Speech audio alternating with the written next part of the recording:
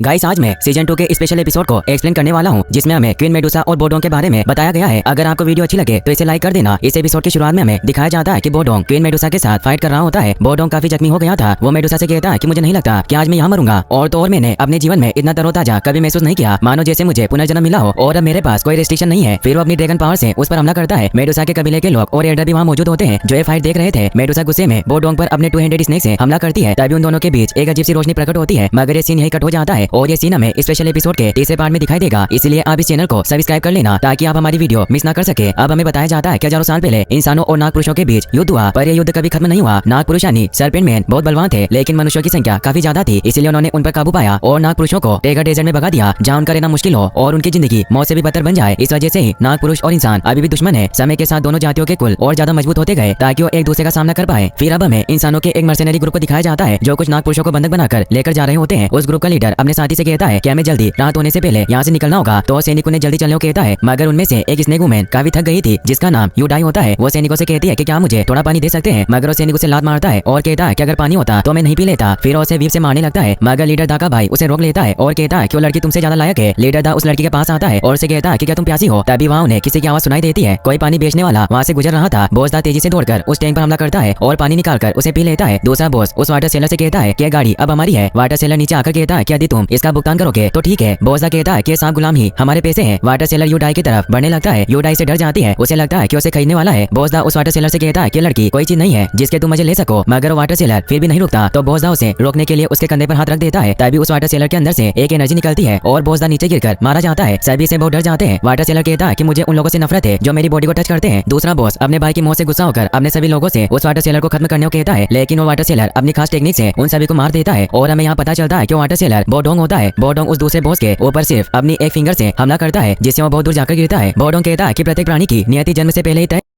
शांत रहकर मुझे मेरा काम करने दो, यही तुम्हारा सबसे अच्छा ऑप्शन है। दूसरे बॉस की सभी हड्डियां टूट चुकी थी, इसलिए उठ नहीं पाता और बोडोंग से कहता है कि तुमने मेरे भाई को मारा, मैं तुम्हें खत्म कर दूंगा। बोडोंग यूडाई के पास आकर कहता है कि मुझे एक दोस्त ने तुम्हें घर ले जाने को कहा है और उसकी हथकड़ियां तोड़ देता है और उसे लेकर जाने लगता है। बोडोंग जाते हुए दूसरे बॉस से कहता है कि मैं इस स्नेक वुमन को खरीद रहा हूँ और उसकी तरफ कुछ पैसे फेंकता है। अब वो बाकी सभी स्नेक मैन को भी खोल देता है। दूसरा बॉस बोडोंग को कहता है कि मैं तुम्हें नहीं छोड़ूंगा, तुम जल्दी अपनी गलती का भुगतान करोगे। तभी वो बंदक स्नेक मैन उस पर हमला करके उसे मार देते हैं। अब बोडोंग यूडाई को अपनी गाड़ी में लेकर वहाँ से निकल जाता है। यूडाई बोडोंग से पूछती है कि तुम्हारे जिस दोस्त ने मुझे बचाने भेजा, क्या मैं उसे जानती हूँ और तुम्हारा नाम क्या है। लेकिन बोडोंग कोई जवाब नहीं देता। तो कहती है कि क्या तुम मेरा नाम जानते हो, क्योंकि मुझे कुछ याद नहीं है मैं कौन हूँ। बोडोंग फिर भी कोई जवाब नहीं देता। तभी यूडाई को एक खूबसूरत पौधा दिखाई देता है, लेकिन वो एक जायंट सीप था जो उस पर कीड़े के बैठते ही अपना कवर बनकर लेता है। इससे यूडाई डर जाती है। बोडोंग कहता है कि कभी कभी जो दिखता है उस पर विश्वास नहीं करना चाहिए। तभी उसे किसी की वॉइस सुनाई देती है, क्योंकि दूर से एक स्नेक वॉरियर उन्हें देख रहा था और वो अचानक धूल में गायब हो जाता है। फिर हम देखते हैं कि बोडोंग एक पहाड़ी जगह से आगे बढ़ता है और उसके साथ यूडाई नहीं होती, उसने उसे कहीं छिपा दिया था। स्नेक वॉरियर उसके सामने आ जाता है और वो दोनों लड़ने लग जाते हैं। बोडोंग उस पर अपनी आइस पावर से हमला करता है, मगर वो स्नेक वॉरियर उसके सभी वार से बचता हुआ उस पर हमला करता है, मगर वो स्नेक वॉरियर काट की तरफ बढ़ने लगता है। बोडोंग उसे रोकता है तो उस पर अपने एरो से हमला करता है, मगर बोडोंग अपने स्पीयर से खुद को बचा लेता है और उस पर हमला करने लगता है, मगर वो स्नेक वॉरियर अपनी टेलीपोर्टेशन पावर की वजह से बच रहा था। बोडोंग उसे कहता है कि तुम मेरे दुश्मन क्यों बनना चाहते हो। स्नेक वॉरियर कहता है कि मैं तुम्हें जानता हूँ, तुम आइस सम्राट हो, जियामा साम्राज्य के 10 सबसे मजबूत योद्धाओं में से एक। बोडोंग उसे पूछता है कि तुम कौन हो। स्नेक वॉरियर कहता है कि तुम्हें जानने की कोई जरूरत नहीं है और वो काट की तरफ बढ़ता है, मगर बोडोंग वहाँ कई इल्यूजन क्रिएट कर देता है और उस पर आइस पावर से हमला करता है, मगर वो स्नेक वॉरियर सभी स्पाइक से बचता हुआ अब अपने डू विंग्स को एक्टिवेट कर लेता है और उसे कहता है कि तुम डुहांग हो, तो ऐसा मत सोचना कि मैं तुम्हें नहीं मार सकता। बोडोंग उस पर अपनी आइस ड्रैगन पावर से हमला करता है। स्नेक वॉरियर उसके ड्रैगन वार से बचता है। बोडोंग सभी पहाड़ों को तोड़ता हुआ उसे मारने के लिए आगे बढ़ता है, मगर वो स्नेक वॉरियर कार तक पहुंच जाता है और अपनी स्वॉर्ड से उस ड्रैगन को चीरकर खत्म कर देता है। अब वो बोडोंग की गर्दन पकड़ लेता है और उस पर एक स्नेक छोड़ता है। तो बोडोंग उसे कहता है कि क्या तुम उस लड़की को जिंदा नहीं चाहते, और कार्ड पर स्पाइक से हमला करता है, जिससे जब वो उसे बचाने जाता है तो बोडोंग वहाँ से निकल जाता है, मगर वो स्नेक उसे बाइट कर लेता है। वो स्नेक वॉरियर जब उस कार्ड को खोलता है तो उसमें कुछ नहीं होता, क्योंकि बोडोंग को पहले से ही उस स्नेक वॉरियर के बारे में पता था, इसीलिए उसने सीप में यूडाई को छिपा दिया था। यूडाई उसे कहती है कि तुमने मेरे साथ ऐसा क्यों किया। तभी वो देखती है कि वो जख्मी है, जिससे वो डर जाती है। वहीं हम फिर मर्सेनरी गिल्ड के अड्डे को देखते हैं, जहाँ उस ग्रुप के सभी लोग शराब पीकर मजे कर रहे होते हैं। उस ग्रुप में मेंग भी होता है, क्योंकि बहुत सालों पहले की बात थी जब मेंग इस ग्रुप का हिस्सा था। बोडोंग भी यूडाई के साथ वहाँ आ जाता है, जिससे सभी लोग शांत हो जाते हैं और एक आदमी बोडोंग को बताता है कि बॉस आपका कब से इंतजार कर रहे हैं। तो यूडाई के साथ अंदर जाने लगता है। सभी लोग यूडाई को घूरने लगते हैं और कहते हैं कि काफी सुंदर है। यूडाई को कुछ होने लगता है और उसे वो सभी बातें याद आती है जब लोगों ने उसे मारा था और उस पर जुल्म किए थे। बोडोंग यूडाई को अंदर ले आता है और अपने बॉस से कहता है कि मैं आपके कहे अनुसार 2 महीने में इस स्नेक वुमन को ढूंढ लाया हूँ, आप मेरे बाकी पैसे मेटा परिवार को भेज देना, लेकिन अगर अगर आप चाहते हैं कि मैं फिर से कुछ काम करने में आपकी मदद करूं तो ऐसा नहीं होगा, क्योंकि मुझे पैसे पसंद नहीं है। यूडाई डर जाती है और उसे कहती है कि मुझे लगता था कि तुम अच्छे इंसान हो, पर तुम मुझे बेचने लाए हो। बोडोंग का बॉस कोई जवाब नहीं देता, इसीलिए जब वो चेयर को घुमाता है तो उसे पता चलता है कि पहले ही उसे किसी ने मार दिया था। बोडोंग कहता है कि मैं तुमसे पेमेंट के तौर पर तुम्हारी स्पेस रिंग लूंगा और उसे निकाल लेता है। स्पेस रिंग में किसी भी चीजों को रखा जा सकता था, ये एक तरह की स्टोरेज का काम करती थी। बोडोंग कहता है कि आखिरकार मैं इस जगह से आजाद हो गया और वहाँ से जाने लगता है। तो यूडाई उसे कहती है कि मेरा क्या होगा। बोडोंग से कहता है कि मेरा सौदा खत्म हो चुका है और अब मालिक की डेथ हो चुकी है, इसलिए तुम आजाद हो। यूडाई कहती है कि मैं नहीं जानती कि मुझे कहाँ जाना है, मुझे अभी नहीं पता कि मेरा नाम क्या है। बोडोंग वहाँ से जाने लगता है, लेकिन उसका हाथ पकड़ लेती है और कहती है कि मैं तुम्हारी सेवक बनकर रहूंगी। बोडोंग कहता है कि मुझे टच मत करो, अगर तुमने फिर से ऐसा किया तो मैं तुम्हें मर्सेनरी ग्रुप को सौंप दूंगा। तभी वो जगह हिलने लगती है और सभी लोगों को कुछ होने लगता है। उन्हें बहुत ज्यादा ग्रेविटी महसूस होती है, जिससे वो उड़ भी नहीं पाते। और ये सब इसलिए हो रहा था क्योंकि मेडुसा अपने साथियों के साथ आ गई थी, जो काफी गुस्सेल और खूबसूरत थी। उसकी सुंदरता पर सब मोहित हो रहे थे। एक आदमी कहता है कि तुम स्नेक वुमन ने मानव क्षेत्र में आने का प्रयास किया, मैं तुम्हें नहीं मारूंगा अगर तुम हमारे साथ खेलने के लिए तैयार हो। मेडुसा उसे अपनी पावर से राख में बदल देती है, जिससे सभी बहुत ज्यादा डर जाते हैं। सेनापति जिसका नाम यांसी होता है, वो मेडुसा को कहता है कि इनका बॉस अंदर है। मैं उसे देखकर समझ जाता है कि क्वीन मेडुसा है, पर इसने महल क्यों छोड़ा, ये यहाँ क्यों आई होगी। मेडुसा अपने सैनिक से कहती है कि इन सभी लोगों को बाहर निकालो। मेडुसा अब बॉस के रूम में आ जाती है, मगर वहाँ खिड़की खुली हुई थी, जिससे वो समझ जाती है कि यूडाई यहाँ से भाग चुकी है, क्योंकि वो यूडाई के लिए ही यहाँ आई थी। मेडुसा अपना मास्क हटा देती है। यांसी उसे कहता है कि जो व्यक्ति हमारे लोगों के विद्रोहियों को पकड़ता था वो मारा गया, और ये 2 साल पहले हमारे एक विद्रोही की तलाश करने को तैयार हुआ था। तभी हम देखते हैं कि बोडोंग यूडाई के साथ नीचे छिपा होता है। बोडोंग यूडाई से कहता है कि मैंने नहीं सोचा था कि क्वीन मेडुसा तुम्हारे लिए महल छोड़ देगी, और उसे हिलने से मना करता है। यूडाई को सैनिक देखकर कुछ विजन आने लगते हैं, जिसमें वो देखती है कि स्नेक मैन ने उसे बंदी बना रखा है। यहाँ से मेडुसा से कहता है कि महारानी वो लोग यहाँ से भाग गए होंगे। मेडुसा अपनी पूंछ को जमीन पर पटककर उस जगह को चेक करने लगती है। यूडाई से डर जाती है। बोडोंग बाहर जाने लगता है, मगर यूडाई को रोता हुआ देखकर ऐसा नहीं करता, क्योंकि मेडुसा उसे अपने साथ ले जा सकती थी। मेडुसा को वहाँ कुछ नहीं मिलता और वो अपने सैनिक से कहती है कि इस जगह की छानबीन करने के लिए यहाँ कुछ गार्ड छोड़ दो, अगर उन्हें कुछ पता चलेगा तो सीधा हमें रिपोर्ट करेंगे। और वहाँ से निकल जाती है और कहती है कि हम ज्यादा इंसानों के सामने नहीं आ सकते। मेडुसा को वहाँ कुछ अजीब लगता है। फिर हमें मेडुसा के पास का सीन दिखाया जाता है। स्नेकमैन कबीले के एल्डर मेडुसा को बताते हैं कि सरपेंट स्पिरिट की ब्लेंसी सिंह ने हमें एक रास्ता दिखाया है। भगवान ने हमें प्रत्येक पीढ़ी में एक नई क्वीन मेडुसा दी है, जो अपनी शक्ति के साथ हमारे रास्ते का मार्गदर्शन करेगी, ताकि कोई बाहरी जाति हम पर आक्रमण ना कर सके। तो मेडुसा कहती है कि अगर मेरी जगह वो रानी होती तो हमारी बुरी स्थिति कभी नहीं आती। एल्डर कहते हैं कि हम संकट में नहीं है और जाने का फैसला उसने किया था, इसलिए जो नियति चाहती है उसे पूरा करना चाहिए। तुम एक रिचुअल तैयार करो। फिर हम देखते हैं कि बोडोंग मेडुसा के सैनिकों को मारकर वहाँ से निकल जाता है। यूडाई भी उसके पीछे आने लगती है। वो उसे कहती है कि मुझे भी अपने साथ ले चलो, वरना मैं इस रेगिस्तान में मर जाऊंगी। मुझे पता है तुम एक अच्छे इंसान हो, तुमने 2 बार मुझे बचाया है। बोडोंग रुक जाता है और उसे पूछता है कि अच्छा होना क्या होता है। यूडाई बताती है कि अच्छा वो होता है जो दूसरों की मदद करने में सक्षम हो, लोगों को खुशियां दे, दूसरों के लिए परेशानी खड़ी ना करे। बोडोंग कहता है कि मैं हमेशा दूसरे लोगों के लिए समस्या खड़ी करता हूँ। तभी बोडोंग को उस स्नेक वॉरियर के काटे हुए सांप की वजह से दर्द होने लगता है। उसकी बॉडी में जहर बढ़ता जा रहा था। वो यूडाई से कहता है कि तुमने पहले ही मुझे बहुत कष्ट दिया है। यूडाई उसे माफी मांगती है। अब वो दोनों वहाँ से निकल जाते हैं। वही हम मेडुसा के सेनापति को देखते हैं, जिसे जब अपने आदमियों की लाश मिलती है तो उसे बहुत गुस्सा आता है और वो अपने स्नेक से कहता है कि ये किसने किया, ऐसा करने की हिम्मत कौन कर सकता है। एक सैनिक उन्हें बताता है कि उस तरफ गए हैं, तो यहाँ से भी उस तरफ निकल जाता है। और इसी के साथ ये एपिसोड यहीं पर खत्म हो जाता है। गाइस, अगर आप इसका नेक्स्ट पार्ट भी जल्दी देखना चाहते हैं तो इस वीडियो को लाइक करने के साथ साथ चैनल को सब्सक्राइब जरूर कर लें। और आपको ये वीडियो कैसी लगी मुझे कमेंट बॉक्स में बताना ना भूलें। Thanks for watching.